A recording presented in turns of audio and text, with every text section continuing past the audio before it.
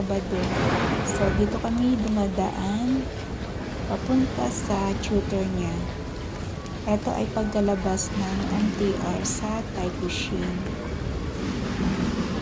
Ihahatid ko lang siya at yung amo na ang magsusundo mamaya. Pero after 1 hour sa tutor niya, meron pa siyang skating. So, bale, siya na lang yung pupunta sa skating niya kasi kalapit na lang. Tapos, susunduin na siya ng amo ko doon. At sabay na silang babalik ng bahay. So, ako naman ay pagkahatid sa kanya ay umuwi na din. So, ito yung routine ko tuwing Sabado. Thank you so much.